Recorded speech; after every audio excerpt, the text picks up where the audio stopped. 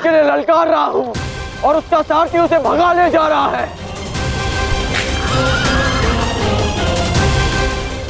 क्या यही आपका कर्तव्य है? बोलिए माधव।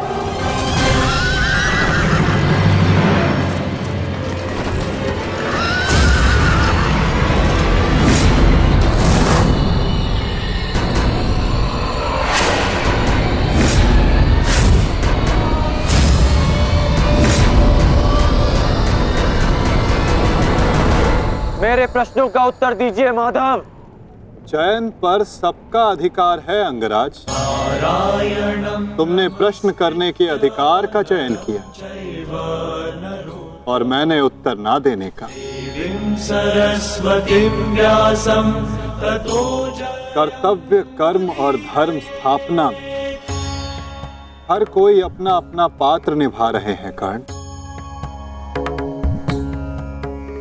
तुमने अपना कर्तव्य चयन किया और मैंने अपना। क्या इस युद्ध के मध्य में मैंने तुमसे कभी पूछा कि न्याय क्या है?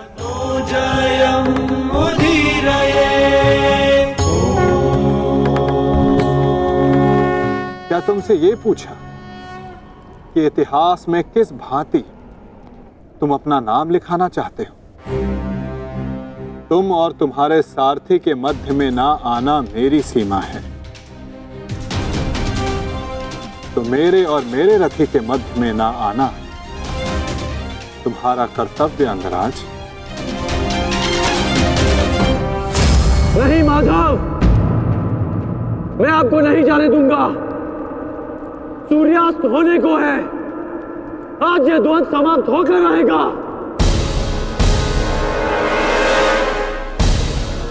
तो ठीक है अंगराज, तुम अपना महारथी होने का कर्तव्य पूर्ण करो और मैं सारथी होने का कर्तव्य निभाऊंगा। केवल शब्दों के बाणों से अर्जुन और वासुदेव को नहीं रोक पाओगे कर्ण। उसके लिए तो महा दिव्यास्त्र चाहिए। मेरे धैर्य को मत ललकारिए माधव। मैं इस युद्ध के लिए कुछ भी करूंगा। यदि आप ना रुके तो मैं दिव्यास्त्र का प्रयोग करूंगा। मैं ब्रह्मास्त्र का प्रयोग करूंगा।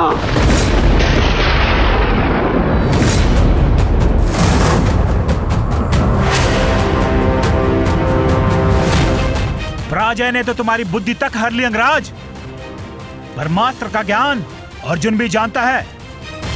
यदि दो ब्रह्मास्त्र एक साथ टकराए तो इस युद्ध का ही नहीं, संपूर्ण सृष्टि का सर्वनाश हो जाएगा।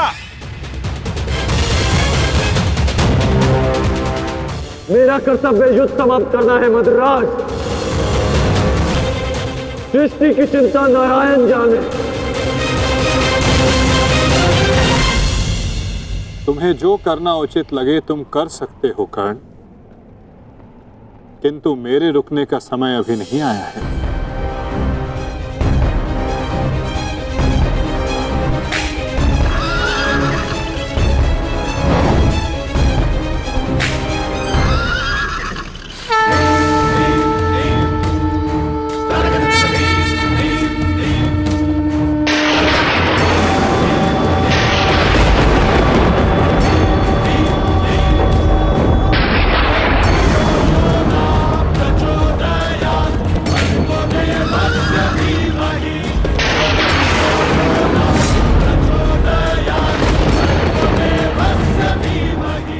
नहीं पार्थ,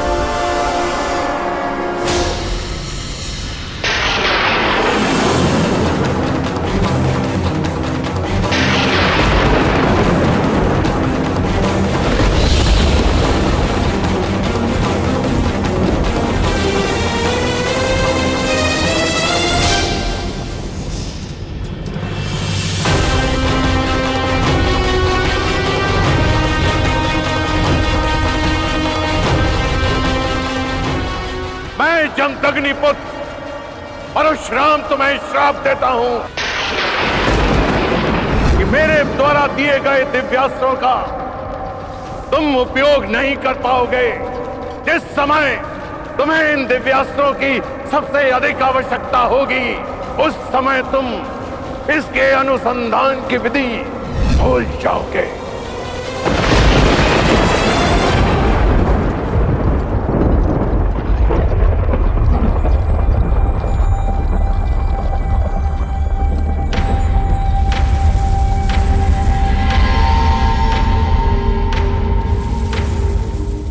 क्या हुआ अंगराज? प्रहार करो। ये प्रहार मेरे लिए प्रतिबंधित है मद्रराज। रथ को आगे ले चलिए। बस कीजिए माता, अब सहन नहीं होता। सहना है भी नहीं पार्थ।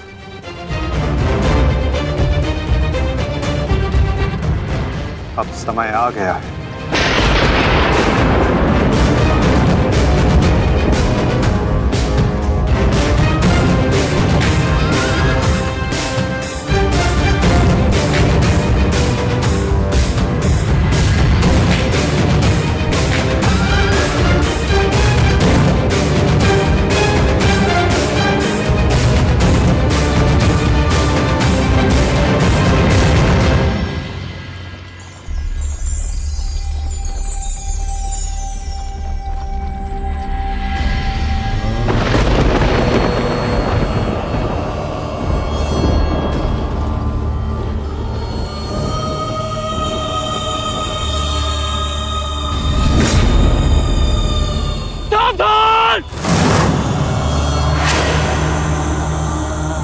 किस प्रकार तुमने कीचड़ में फंसे हुए मेरे असहाय बछड़े को मारा है, उसी प्रकार तुम भी एक दिन पृथ्वी पे असहाय गिरे रहोगे। मैं अग्निहोत्र ब्राह्मण विजय तुम्हें श्राप देता हूं।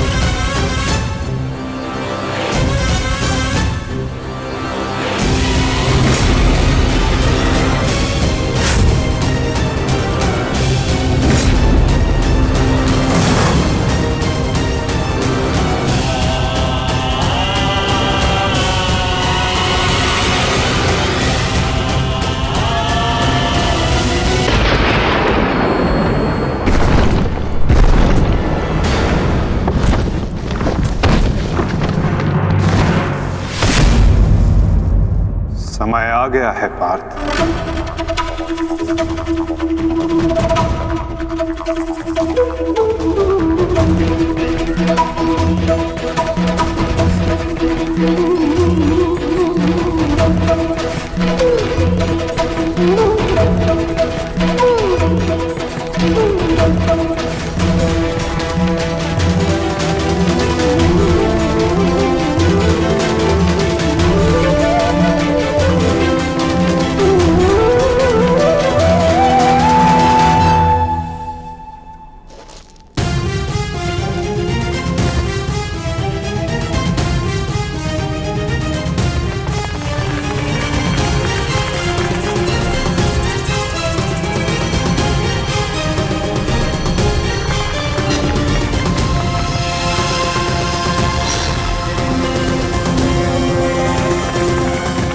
मद्रराज, चक्र निकालने में मेरी सहायता कीजिए। तुम भूल रहे हो अंगराज, मैं मद्रराज हूं। ये राज्य मुझे जन्म और प्रताप से मिला है, किसी के दान से नहीं। भले ही मैं तुम्हारा साथी हूं, परंतु परिचालक नहीं। तुम सूत पुत्र हो, तुम स्वयं अपने रथ का चक्र निकालो।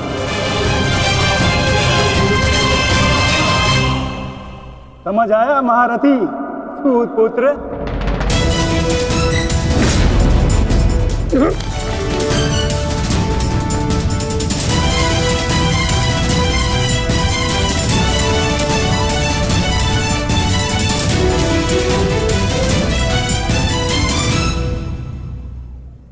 अंगराज को युद्ध का आवाहन दो पार्थ।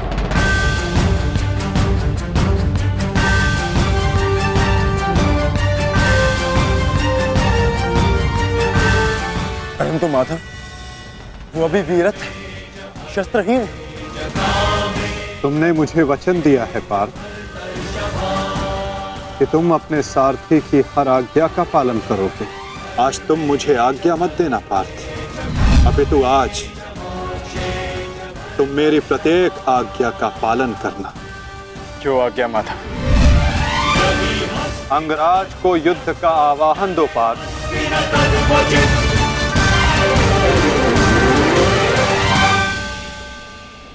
अंगराज, मैं तुम्हें युद्ध के लिए आवाहन करता हूं।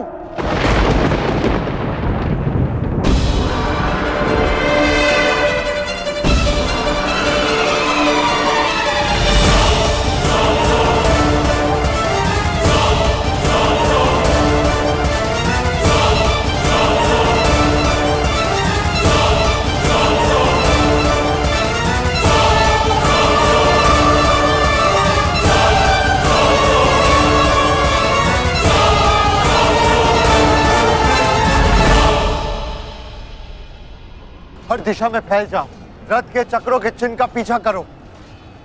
हमें शीघ्र ही अर्जुन तक पहुंचना है। सारथी, आगे बढ़ो।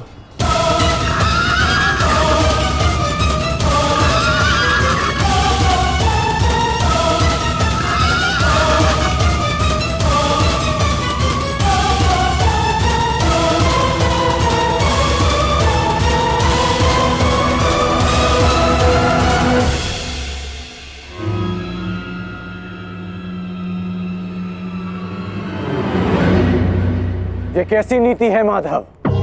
इस समय अर्जुन रथ पर है और मैं रथ विहीन। ये नीति नहीं है। नीति तो ये भी नहीं अंगराज कि एक भागते हुए योद्धा पर प्रहार किया जाए, उसे युद्ध के लिए ललकारा जाए, जो तुमने किया।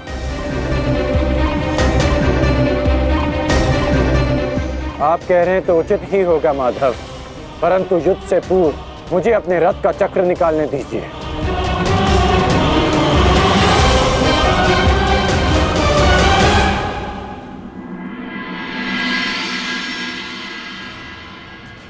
अर्जुन कहाँ है?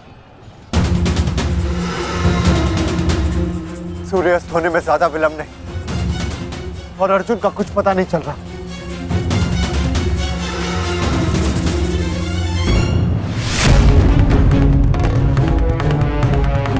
माधव रथ को उस ओर ले गए थे, हमें उस तरफ चलना चाहिए। सारथी, आगे बढ़ो। सारथी, शीघ्रता करो, उस ओर चलो।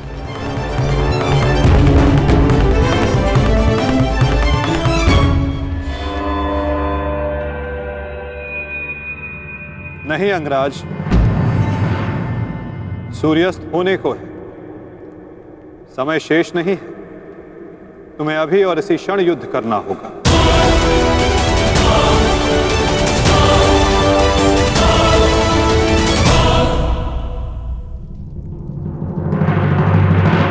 आपने हमारे ज्येष्ठ का सत्य हमसे क्यों छुपाए रखा?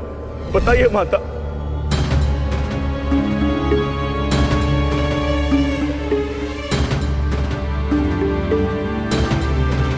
चिंतित ना हो माताश्री, आपके पुत्र सुरक्षित हैं। कौन सा पुत्र द्रौपदी?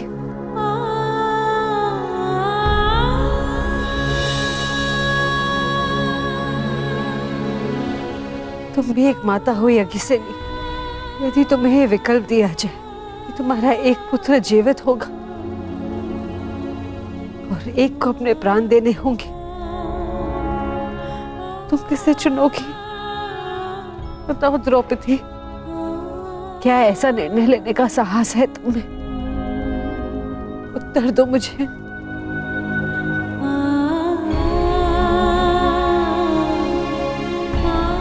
अपनी किशोरावस्था में की गई भूल के कारण मुझे अपना समस्त जीवन रहस्य के साथ व्यतीत करना पड़ा। मैं अपनी इस भूल का पश्चाताप अपने पूरे जीवन में नहीं कर पाऊंगी।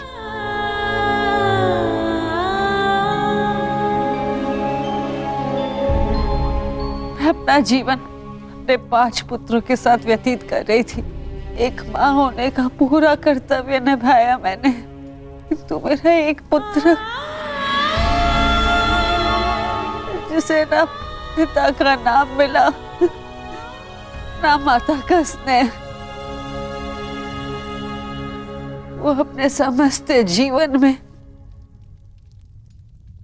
एक पुत्र होने के समस्त सुखों से वंचित रहा। और मैं एक अभागन माता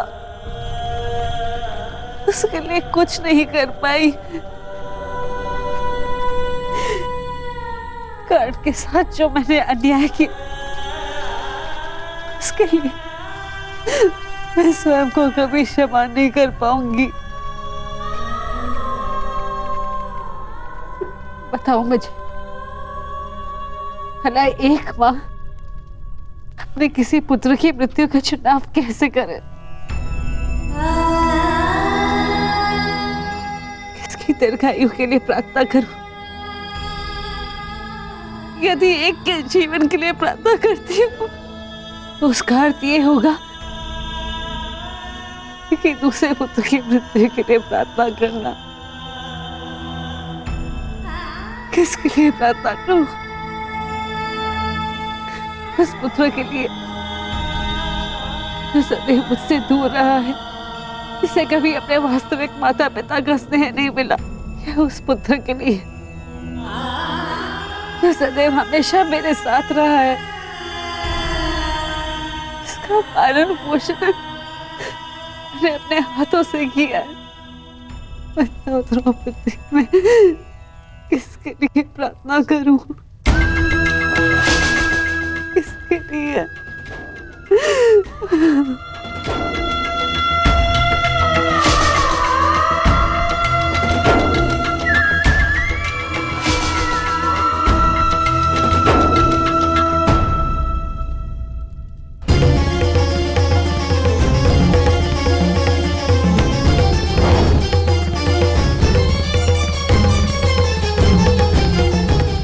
मित्र दुर्योधन, उधर देखो।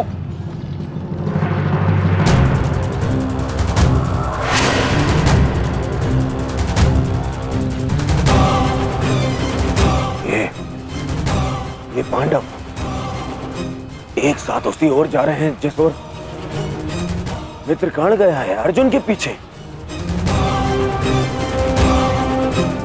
अवश्य कोई योजना है, अवश्य कोई योजना है। मुझे कर्ण की सहायता के लिए उसके पास जाना होगा। अश्वत्थामा, मित्र, तुम्हें क्या लगता है इसमें पांडवों की क्या मंशा है?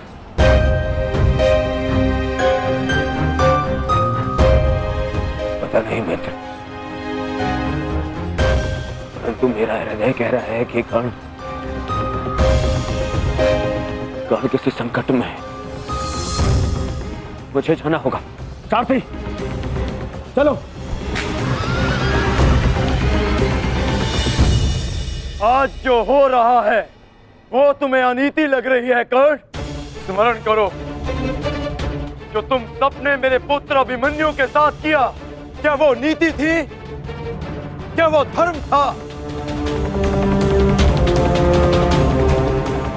उस निहत्थे पर तुम सबने निर्दयता से प्रहार किए। उसकी मृत्यु को कठिन बनाकर तुम सबने मनोरंजन किया। वीरथ और शस्त्रहीन अभिमन्यु भी था कर्ण। क्या तुम सबने उसके साथ न्याय किया? यदि वो अनीति नहीं थी तो भला ये अनीति कैसे हो सकती है कर्ण? परंतु मैं अभिमन्यु का पिता हूं। मैं तुम्हें एक घड़ी का समय देता हूं कर्ण। सज्ज हो जाओ।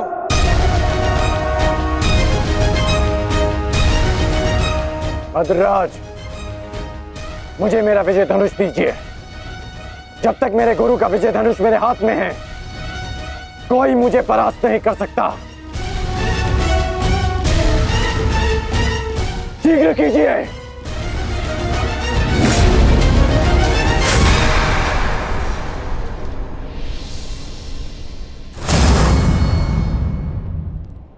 सोच क्या रहे हैं मद्रराज? क्या एक सारथी की भांति आप आज्ञा का पालन करेंगे, या नकुल और सहदेव के मामा होने के नाते विश्वासघात?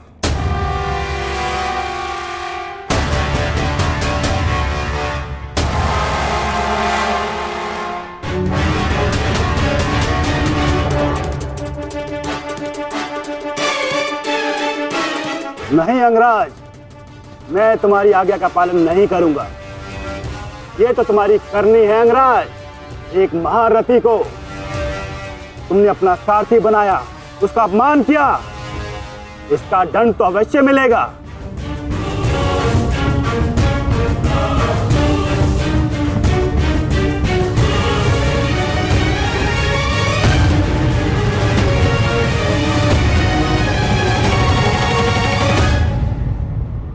मैं अपने रथ का चक्र निकाल रहा हूं। यदि पीठ पे वार करना चाहते हो तो करो अर्जुन।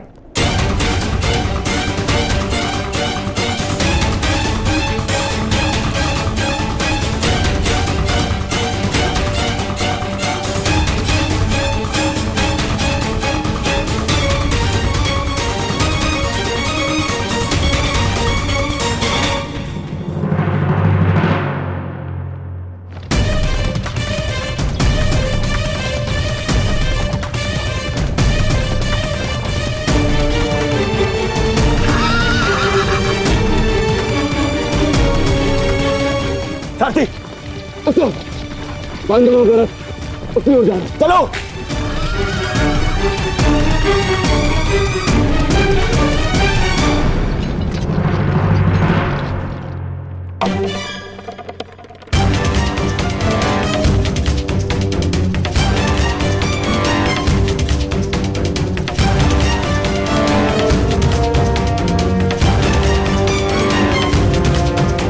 समय समाप्त हो रहा है पार्थ, सूर्यास्त होने वाला है। कर्ण को अंतिम चेतावनी दो पार्थ।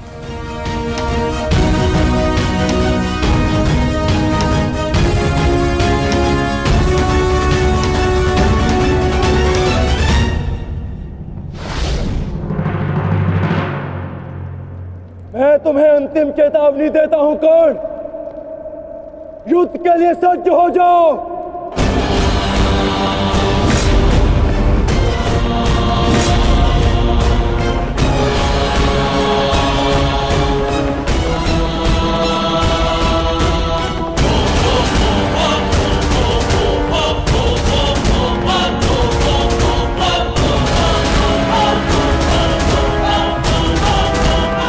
मद्राज, मुझे मेरा विजय धनुष दीजिए। चेतावनी का समय समाप्त हुआ पार्थ। बाण संधान करो।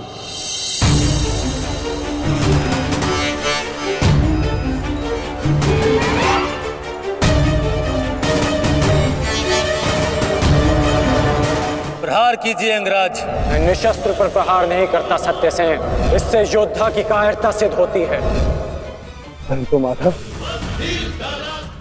वो निहत्था है। नहीं पार्थ,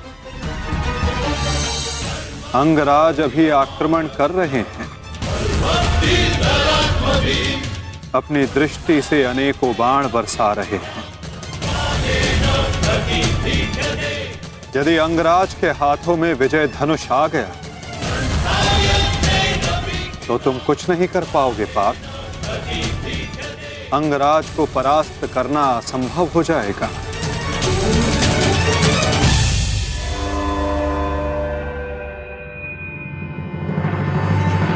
प्रहार करो पार्थ, प्रहार करो।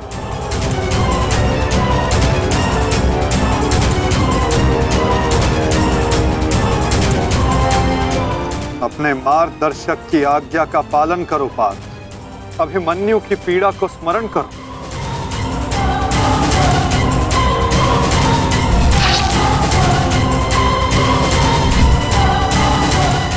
प्रहार करो पार्थ, प्रहार करो।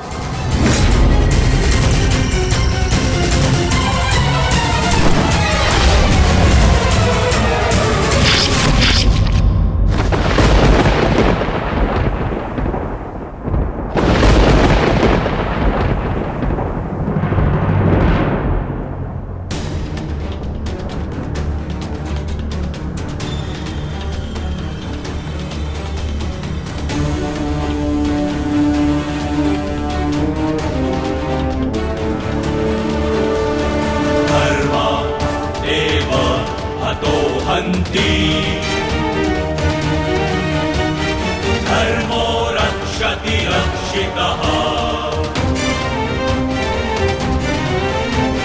तस्मात् धर्मो न हन्त्यो। ये क्या है माधव? मानो धर्मो हतो वधि। अंत अधर्म की नींव को गिराने के लिए भवन के सुंदर कंगूरे का भी अंत करना पड़ता है। धर्मदेव हतो हन्ति धर्मो रक्षति रक्षितः तस्मात् धर्मो न हन्त्यो मानो धर्मो हतो वधि। प्रहार करो पार्थ।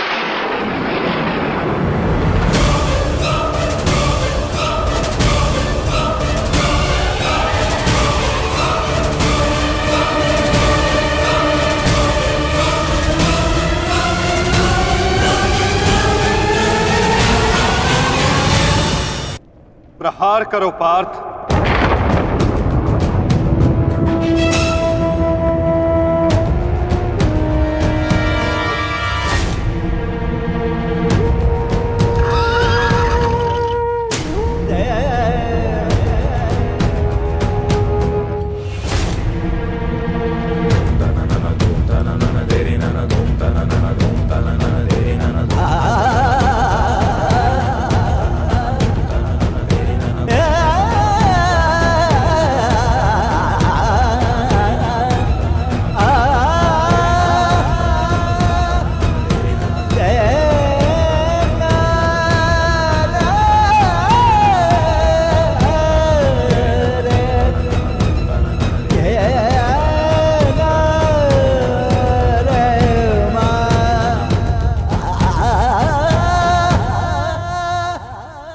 समय व्यर्थ मत करो पार्थ।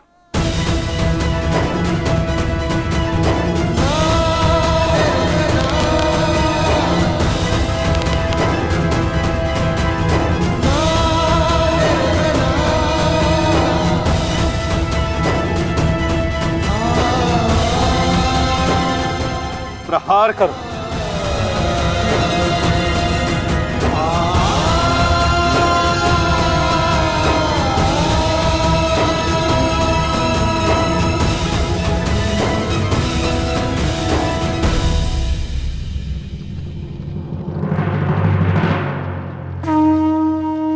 नहीं अर्जुन, रुक जाओ।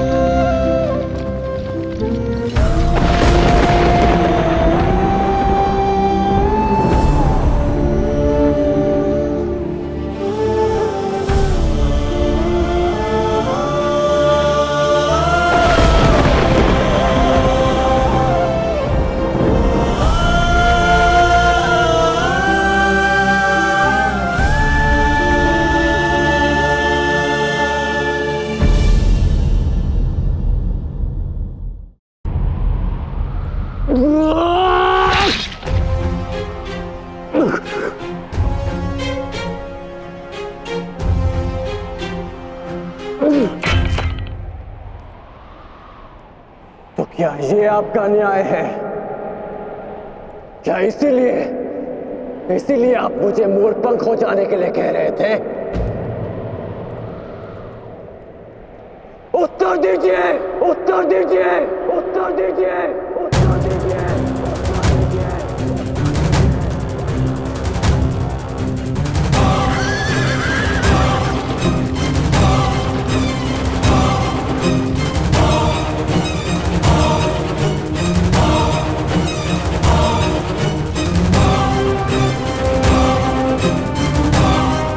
उत्तर दीजिए माधव।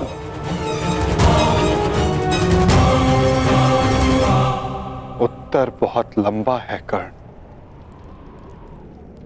और समय बहुत कम।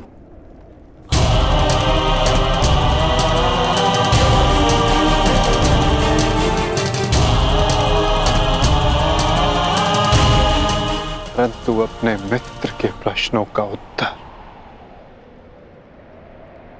मैं अवश्य दूंगा।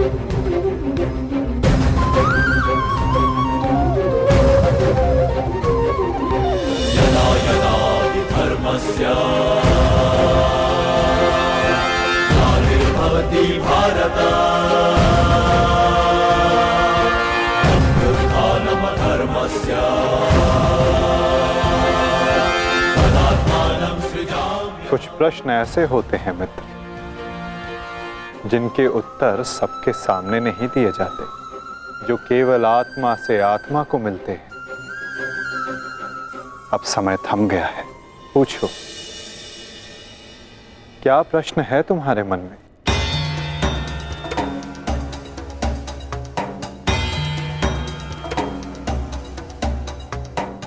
आप तो सारथी हैं ना, अपने रथी का मन पढ़ लेते हैं, तो पढ़ लीजिए।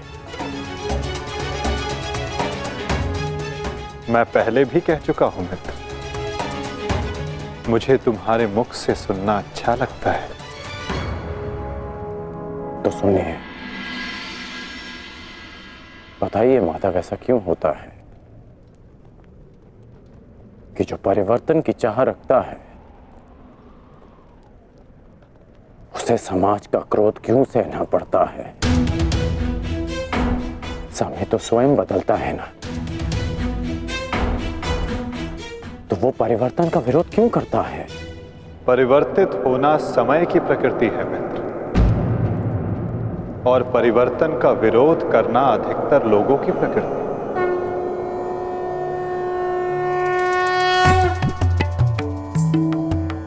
परिवर्तन के कारण मनुष्य को अस्थिर होना पड़ता है, और यही अस्थिरता मनुष्य को पीड़ा देती है मित्र।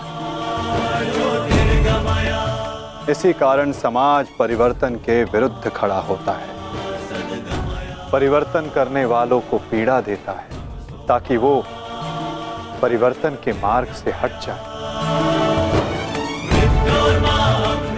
तो क्या इस विरोध के फलस्वरूप समाज को अधिकार है कि वो एक अबोध की हत्या करे।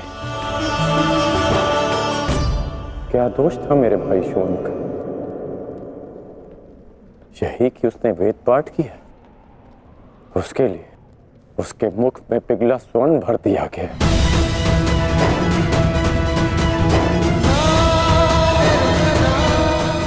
क्या कोई विद्या सीखना दोष है माधव? आप ही कहते हैं ना कि सबकी आत्मा एक है। यदि ऐसा है माधव, तो शरीर को जाति के बंधनों में क्यों बांधा जाता है? क्यों गुरु द्रोण ने मुझे जाति के नाम पर शिक्षा नहीं दी? मैं केवल और केवल राजकुमारों को ही शिक्षा देता हूँ। विश्व के इतने घातक अस्त्र होने के पश्चात भी रंगभूमि में क्यों मुझे प्रदर्शन करने से रोका गया? तुम्हें द्वंद्व की अनुमति कदापि नहीं मिल सकती। अर्जुन कुरुवंशी है, अर्जुन क्षत्रिय है, अर्जुन राजकुमार है, और तुम केवल एक सूत पुत्र हो। सूत पुत्र। क्यों हर बार मेरे कौशल को सूत पुत्र कहकर दबा दिया जाता है?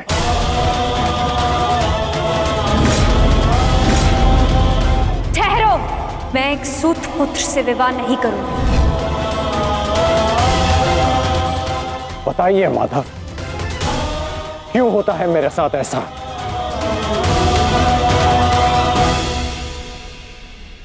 चूंकि तुम विशेष थे कर्ण, चूंकि भाग्य ने तुम्हें परिवर्तन के युद्ध का योद्धा चुना, और जो विशेष होते हैं उनकी परीक्षाएं भी विशेष होती हैं। जो अग्नि बुझाने का प्रयत्न करते हैं उनके हाथ भी जलते हैं मित्र। तपाया स्वर्ण को जाता है ताकि वो कुंदन बन सके, ना कि ताम्र या लौह को।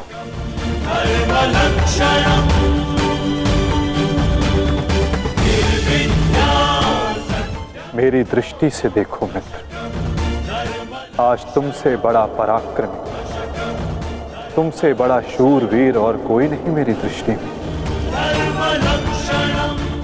अर्जुन भी नहीं मित्र। परिवर्तन की चिंगारी जो तुमने संसार में लगाई है मित्र, वो एक दिन सूर्य बनकर समस्त संसार को अलौकित करेगी, संसार को आशा देगी। परंतु मेरे जीवन में आशा की किरण आप थे माधव। आप मेरी प्रेरणा थे। फिर क्यों अन्याय किया आपने मेरे साथ? आप तो जानते थे ना कि मैं सूत पुत्र नहीं हूं। फिर क्यों सदा मेरे और अर्जुन के द्वंद्व को रोका आपने? और आज भी युद्ध भूमि से दूर मुझे आप यहां ले आए। क्यों धर्म के रथ पर बैठकर आपने अधर्म का बाण चलाया? क्यों माधव?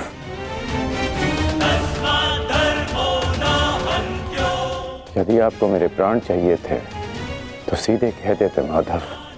मैं प्रसन्नता से अपना शीश काटकर थाली में आपको भेंट कर देता।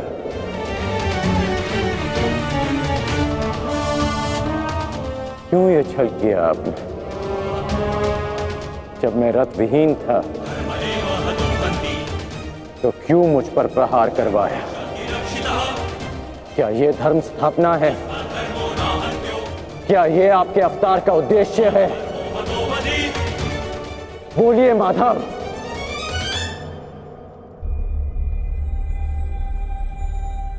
आप उत्तर क्यों नहीं दे रहे हैं? अर्जुन से पूर्व मैं आपका रथी था, आप मेरे सारथी थे। और आप ही कहते हैं ना कि सारथी रथी का मन पढ़ लेता है। तो आज क्या हुआ? आपको मेरे प्रश्न पता है, फिर उसके उत्तर क्यों नहीं दे रहे हैं आप? बोलिए।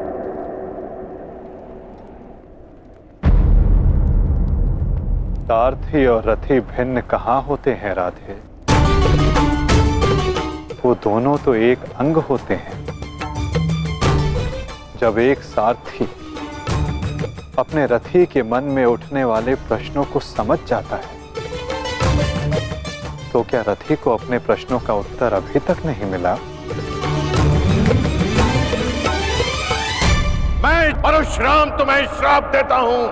जिस समय तुम्हें इन दिव्यास्त्रों की सबसे अधिक आवश्यकता होगी, उस समय तुम इसके अनुसंधान की विधि भूल जाओगे। ब्रह्मास्त्र का आवाहन भूलने पर भी तुम्हें भान नहीं हुआ मित्र कि ये सब क्या है और क्यों हुआ?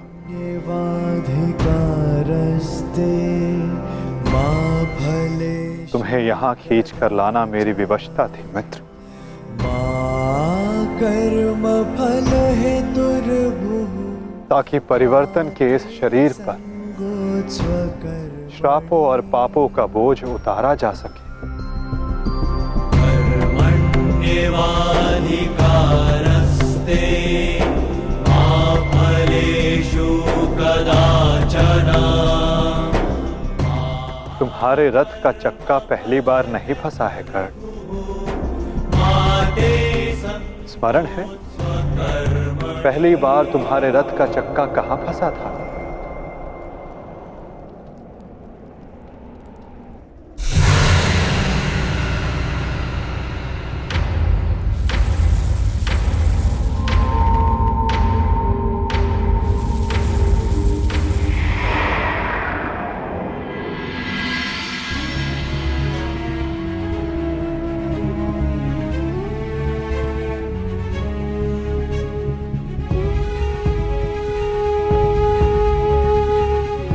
ये स्थान स्मरण है मित्र, स्मरण है कि हम किन परिस्थितियों में पहली बार मिले थे?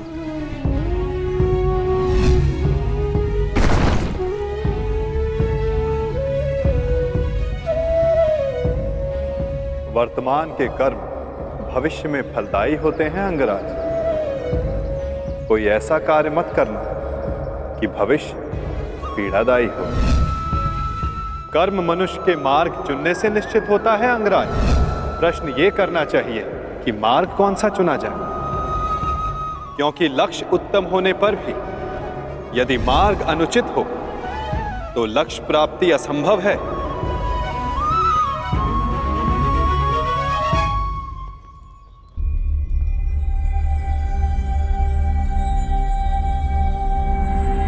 स्मरण है मुझे।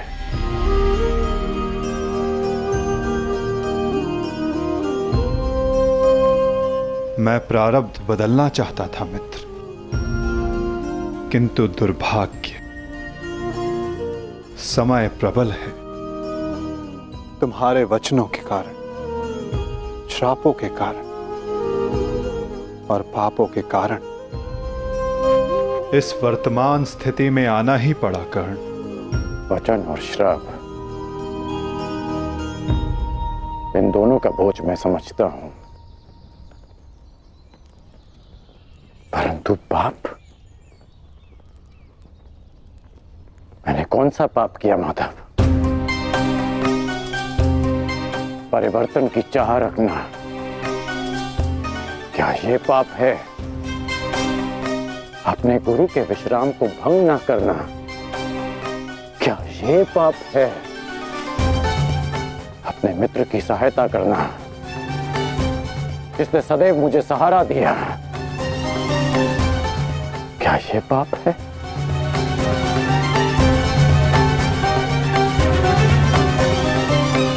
मौन क्यों हैं आप? बताइए। मौन, यही मौन तुम्हारा पाप था मित्र। तुम्हारी चुप्पी तुम्हारा अपराध था। पांचाली के वस्त्र हरण पर तुम्हारे शस्त्रों का मौन रहना अपराध था मित्र। होश में आओ दुर्योधन, तुम्हारा प्रतिशोध पूर्ण हुआ, मत करो यह अनर्थ। प्रतिशोध तो अभी आरंभ हुआ है मित्र, और अब इसके मध्य में तुम्हें भी नहीं आने दूंगा।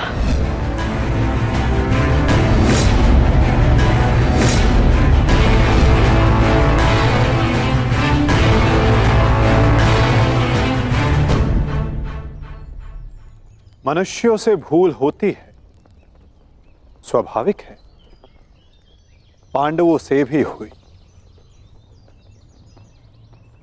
किंतु वो मौन नहीं रहे। पांडुपुत्र भीम, ये प्रतिज्ञा लेता हूं पर यही जंगल तोड़कर तुम्हारा प्राण ले लूंगा दुर्योधन। आज्ञा दीजिए भ्राताश्री, हम इनका सर्वनाश कर देंगे। हाँ जयेश, क्या तो हमारे प्राण ले लीजिए, जब हमें इनके प्राण लेने की आज्ञा दीजिए। अधर्म के विरुद्ध उन्होंने स्वर उठाया और इसी कारण मुझे उनके पक्ष में जाना पड़ा मित्र, और तुम मौन रहे, इसलिए मैं तुम्हारा साथ नहीं दे सका मित्र। संसार को दुष्ट आत्माओं के उपद्रव ने जितनी हानि नहीं पहुंचाई, उससे कहीं अधिक हानि महात्माओं के मौन ने पहुंचाई है मित्र।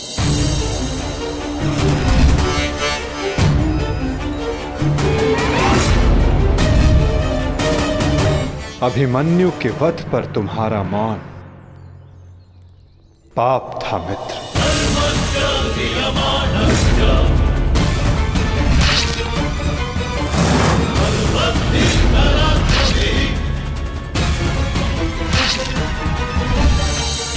दुर्योधन के हर उठते स्वर पर तुम्हारा दबता स्वर अन्याय था।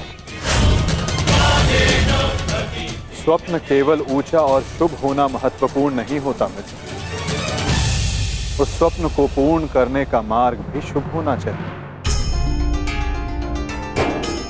परिवर्तन की चाह में तुम अधर्म का हाथ थाम बैठे मित्र, ये तुम्हारा अपराध था। अपनी प्रतिज्ञा पूर्ण करने के लिए तुम दुर्योधन को मित्रता का वचन दे बैठे मित्र, ये तुम्हारा अपराध था। अमृत पाने की यात्रा तुमने विषधर के कंधों पर बैठकर की मित्र, ये तुम्हारा अपराध था।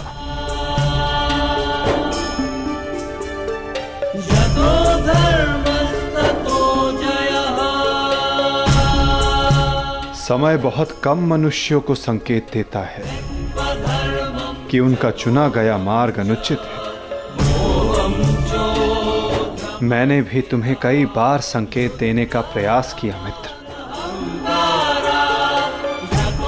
अवसर तुम्हें मिला था मित्र, कई बार मिला था, किंतु अपने वचन के कारण तुम सत्य के मार्ग पर ना आ सके मित्र, ये तुम्हारा अपराध था। अवश्य तुम थाली में सजाकर मुझे अपना सर दे देते, किंतु उनसे उन पापों का, उन श्रापों का भार कम नहीं होता मित्र, जिनको तुमने अपने कंधों पर लादा हुआ है। हम सब अपने चैनों का उत्पाद होते हैं मित्र, हमारे चैन ही हमारा प्रारब्ध निश्चित करते हैं, और आज इस पल का निश्चय तुम्हारे चैन ने किया है।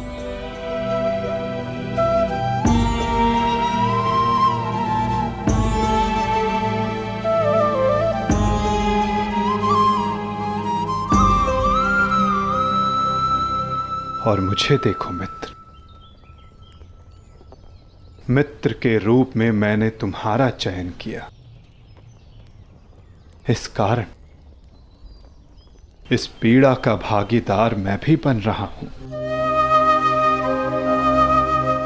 मैं तुम्हें सदा शांति देना चाहता था मित्र, तुम्हें इस जन्म में हर पाप से मुक्त कर देना चाहता था मित्र, इसलिए मैं तुम्हें यहां खींच कर लाया।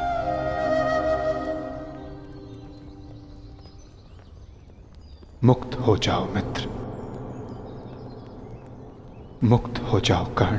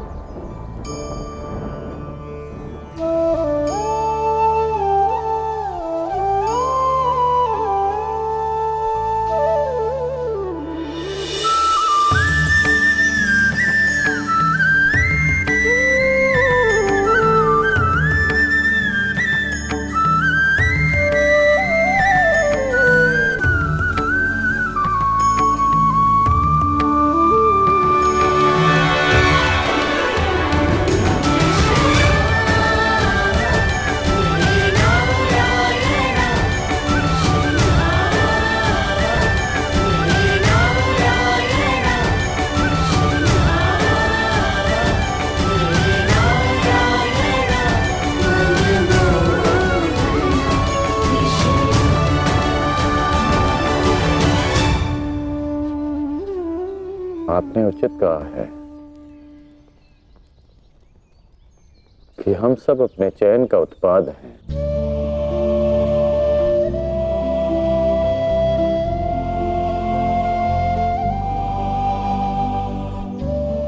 मेरा ये घाव भी मेरे चयन का परिणाम था।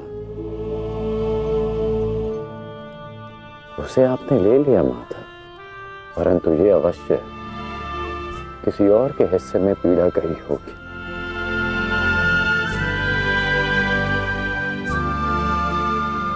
ये पीड़ा किसके हिस्से में गई होगी माता? उसे, जो नहीं चाहता कि किसी और को पीड़ा सहनी पड़े। पीड़ा को टाला नहीं जा सकता मित्र, किंतु बांटा अवश्य जा सकता है। एक मित्र ही मित्र की पीड़ा बांटता है।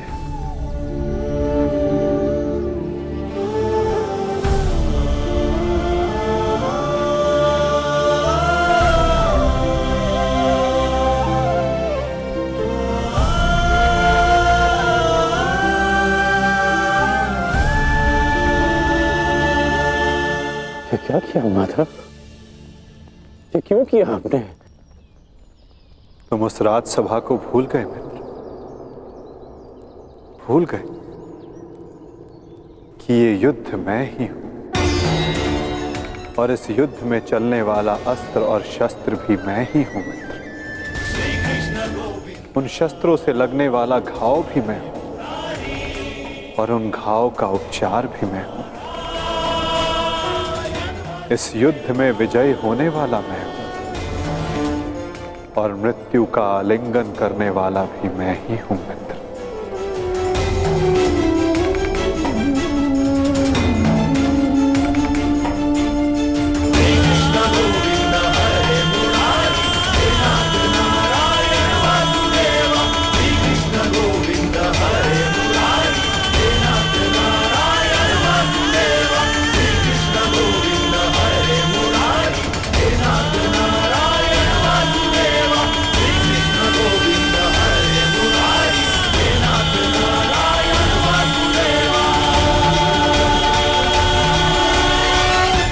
हम दोनों मित्र हैं।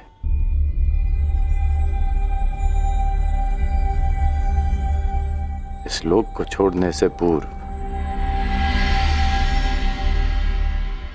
मैं अपनी पीड़ा अपने मित्र को नहीं दे सकता।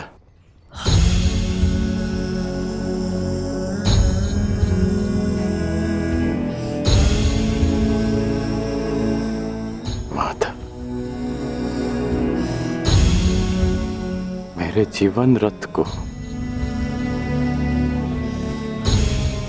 अंतिम लक्ष्य पर ले चलिए, ले चलिए माता। मैं प्रसन्न हुआ मित्र। एक समय था कि मैंने तुम्हें अपना रथी चुना था, और मैं सदा चाहता था कि तुम मुझे अपना सारथी चुनो। अंतिम क्षणों में ही सही, किंतु आज तुमने मुझे अपना सारथी चुना मित्र। आओ मित्र, तुम्हें तुम्हारे लक्ष्य पर ले चलता हूं। सूर्यास्त होने से पूर्व तुम्हें वहां पहुंचना है और विश्राम करना है मित्र।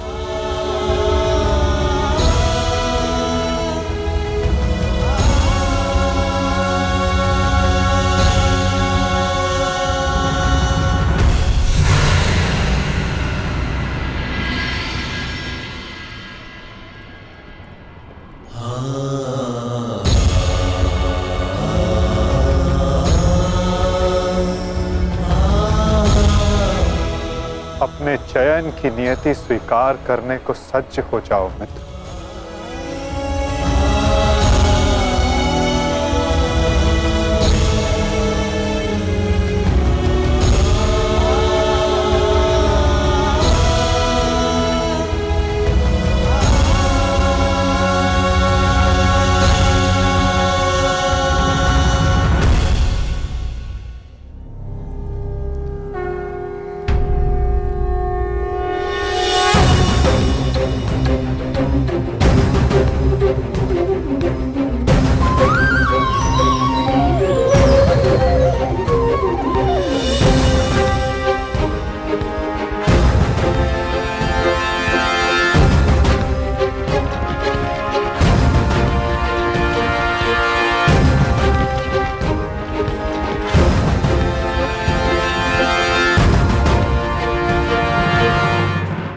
करो अंगराज को पार्थ। अंजलि का अस्त्र का प्रयोग करो।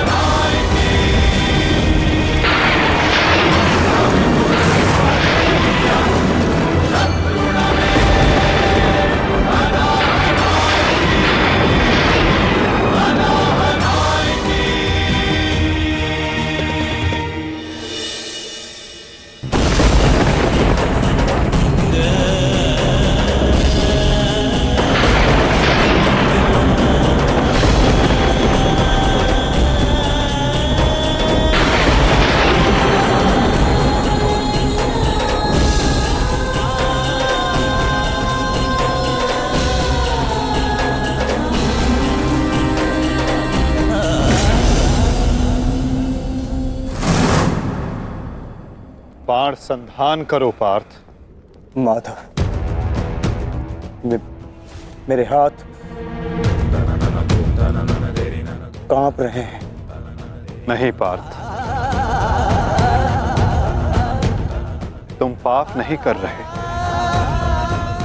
पुण्य कर रहे हो।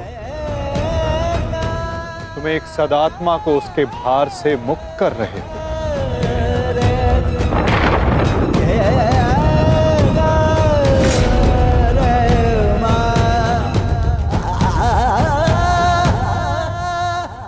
हे मृत्यु, तैयार यदि तू आने को, प्रसन्न मुखा। द्वार खुला है, तेरा स्वागत प्रसन्न मुखा।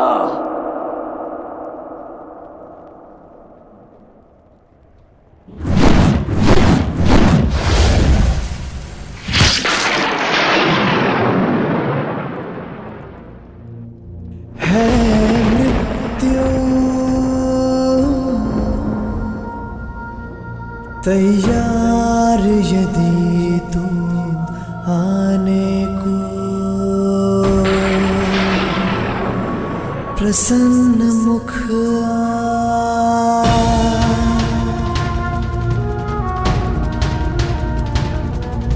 द्वार खुला है, तेरा स्वागत वीर खड़ा द्वारे अभयागत। द्वार खुला है, तेरा स्वागत वीर खड़ा द्वारे अभयागत।